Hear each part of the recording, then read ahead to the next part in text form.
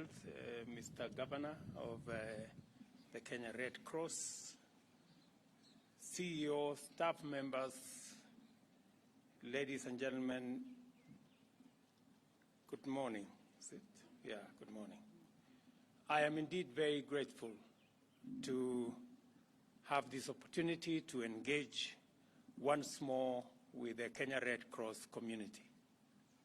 I have gone round this beautiful institution, and I have seen the very significant opportunity that this institution holds.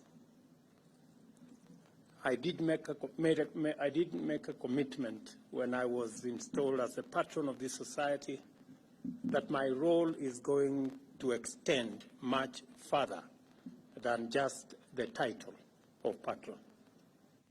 I am interested in understanding the dynamic changes faced by the Kenya Red Cross in its institutional and statutory role, and in particular, the manner in which the government and I can strengthen it. And I have had a robust conversation with the management of this institution, and it's now very clear to me what the government of Kenya needs to do in partnership with the Kenya Red Cross and what the patron can assist and how the patron can assist this institution. I'm here today because I appreciate the movement's critical role since the earliest years of our republic.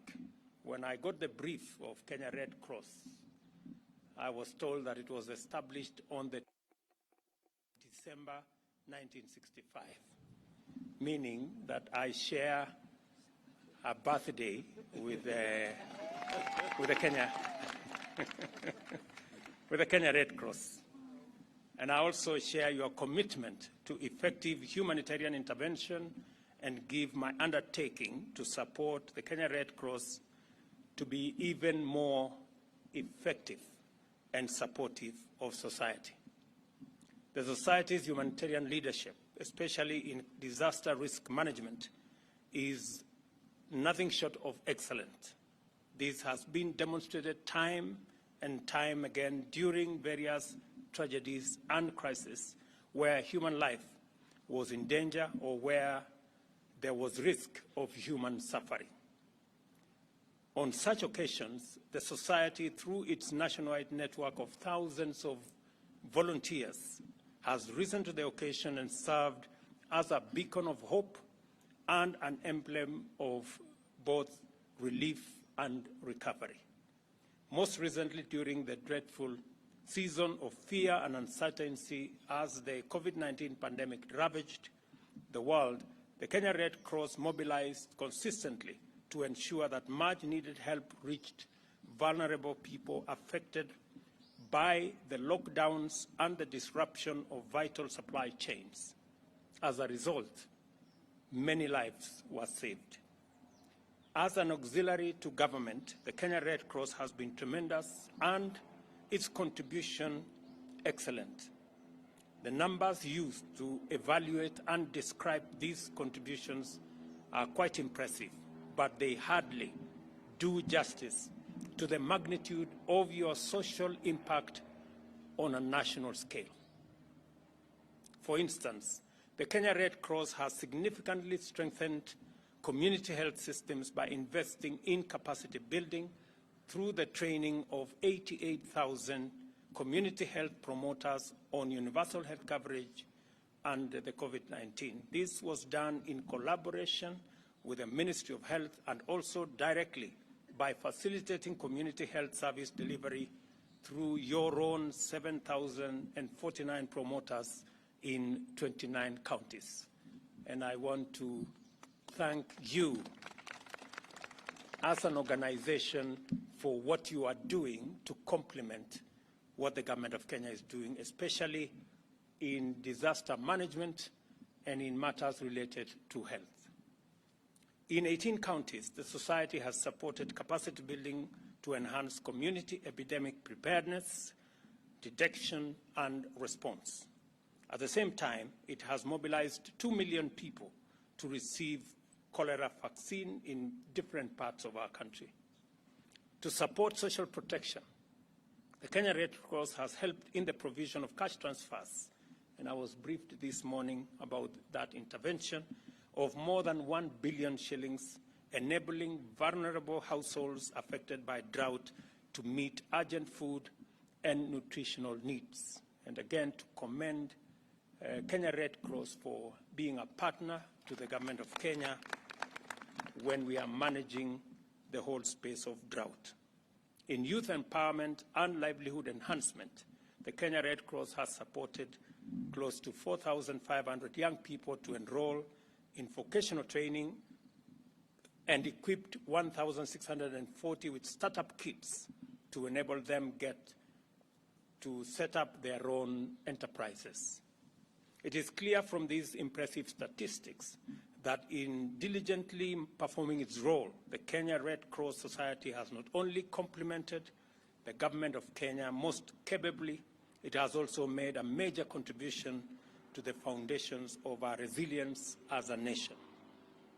We live in an increasingly precarious era where resilience, along with mitigation and adaptation, has evolved as the primary response to the impacts of climate change. The Kenya Red Cross has demonstrated that these responses are feasible with appropriate mobilization and commitment. This morning, we reflected, consulted, and deliberated with the team here extensively over a broad range of issues of concern which our communities continue to struggle with. We reflected specifically on the looming humanitarian catastrophe arising from extensive environmental destruction and climate change. I am happy with our emphatic consensus that the state of the environment contributes significantly to the well-being of our nation's communities. Changing ecological patterns can exert severe impacts on communities, and climate change is a major driver of devastating national disasters. As we enhance our preparedness and overall capacity to respond effectively to these disasters, the Government of Kenya is explicitly committed to collaborating with all stakeholders in rolling back climate change, principally through the restoration of our national forest cover. The ongoing efforts of the Kenya Red Cross Society to plant more than 5 million trees over the next 5 years is very good news. This initiative supports the government's target to plant 15 billion trees over the next 10 years. My request here, Governor and CEO, is that knowing the excellent performance of Red Cross and your commitment to our nation, especially to mitigating disasters, it is possible for you to enhance this number of trees from 5 to 10 million. I think it is possible. I commend this effort most and welcome other organizations to join the project with more initiatives throughout the country so that we can drive the tree planting effort in the right direction. During our reflections, we agreed that there is great need and a huge opportunity for the Kenya Red Cross in conjunction with the Government of Kenya to support local communities in adapting to the impact of climate change. We will therefore advocate and provide support for communities to access global funds dedicated to climate adaptation in terms of what was agreed in COP27 framework, especially on the subject of loss and damage.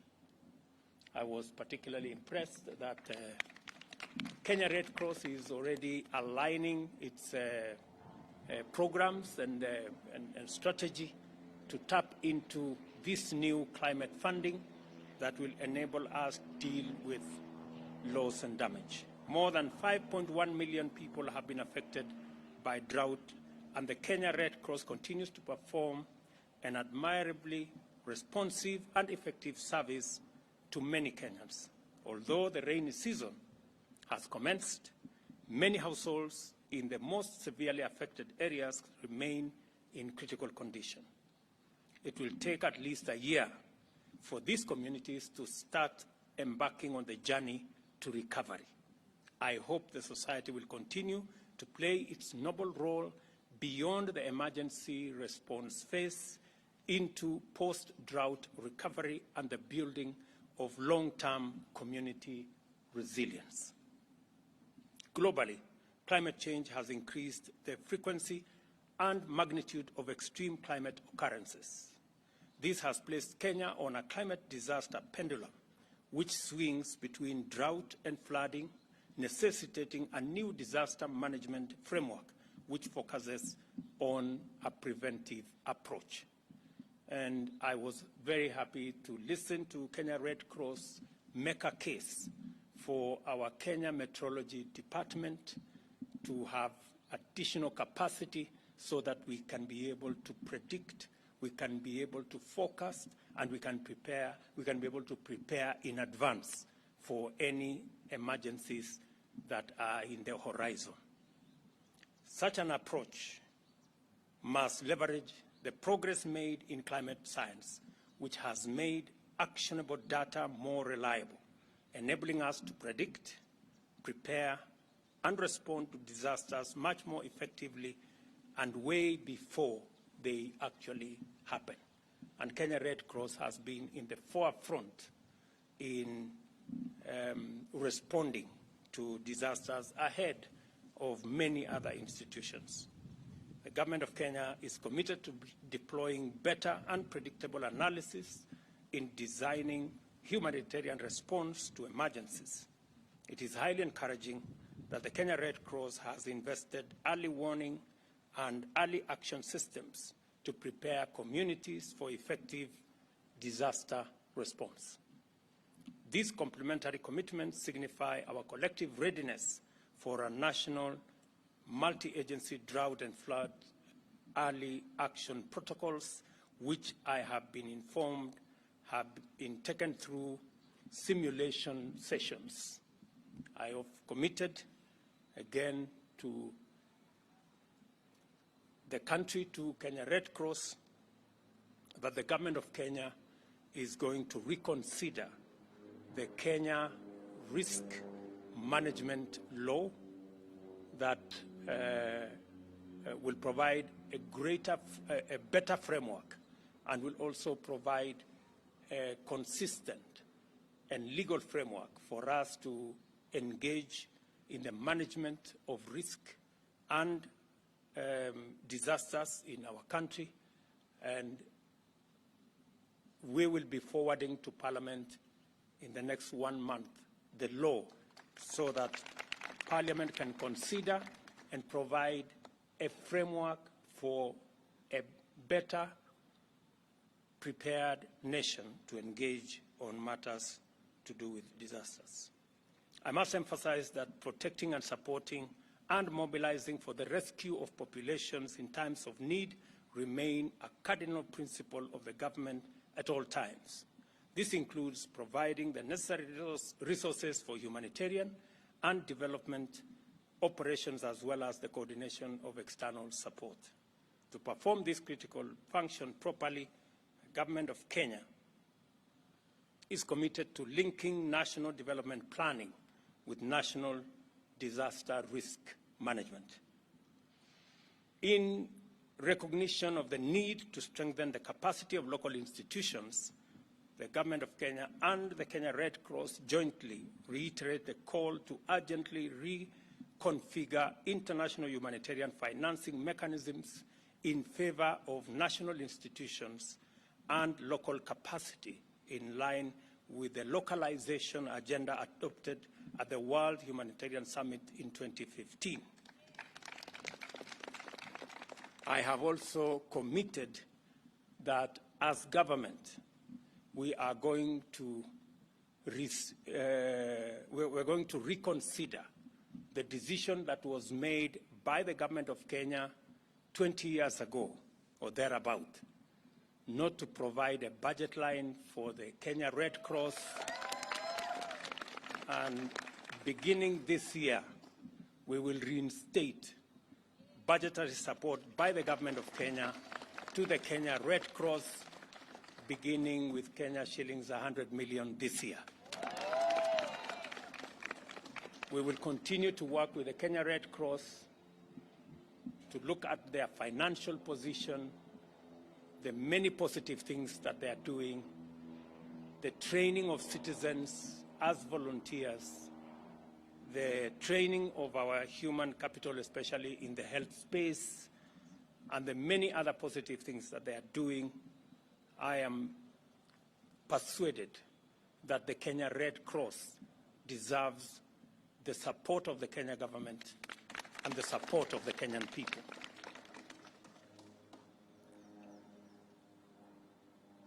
I call on all our partners and donors and other stakeholders to join the government of Kenya in supporting the Kenya Red Cross to undertake its auxiliary role in connection with humanitarian matters, enabling the society to perform its role in full, enhances Kenya's standing as a good and kind neighbor in our region that continues to struggle with the unfortunate profile of a troubled neighborhood.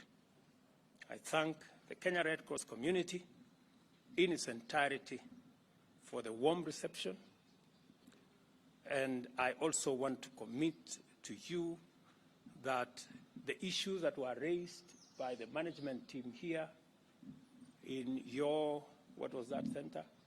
The center down the road? The logistics center that I am told you rent from another government entity, that the government of Kenya is going to transfer that logistics center from that other government agency, the Kenya Wildlife Service, to the Kenya Red Cross as a means of enhancing your capability to be able to do the good job that you are already doing. Let me also say that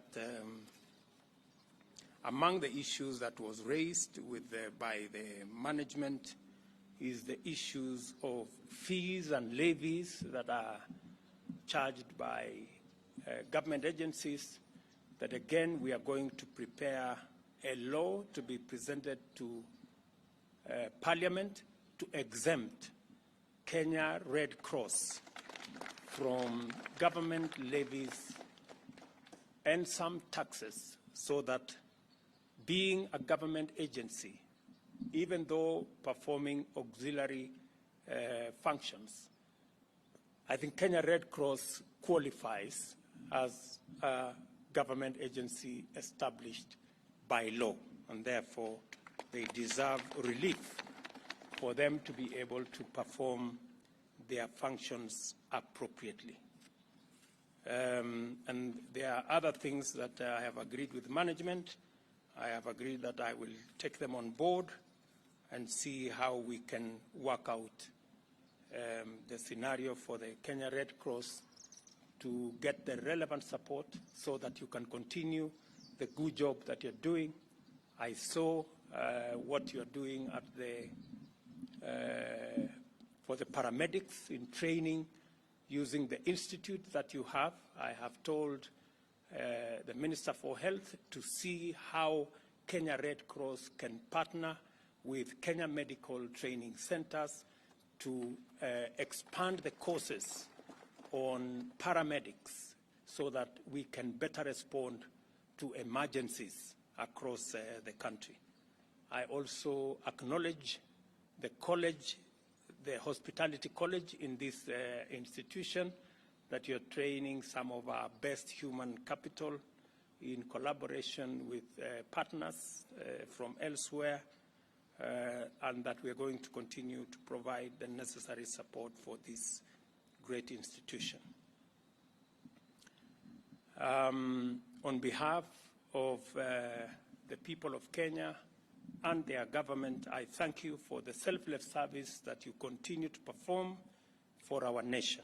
In particular, I must especially appreciate Kenya Red Cross volunteers countrywide in their thousands for their courageous service and noble sacrifice.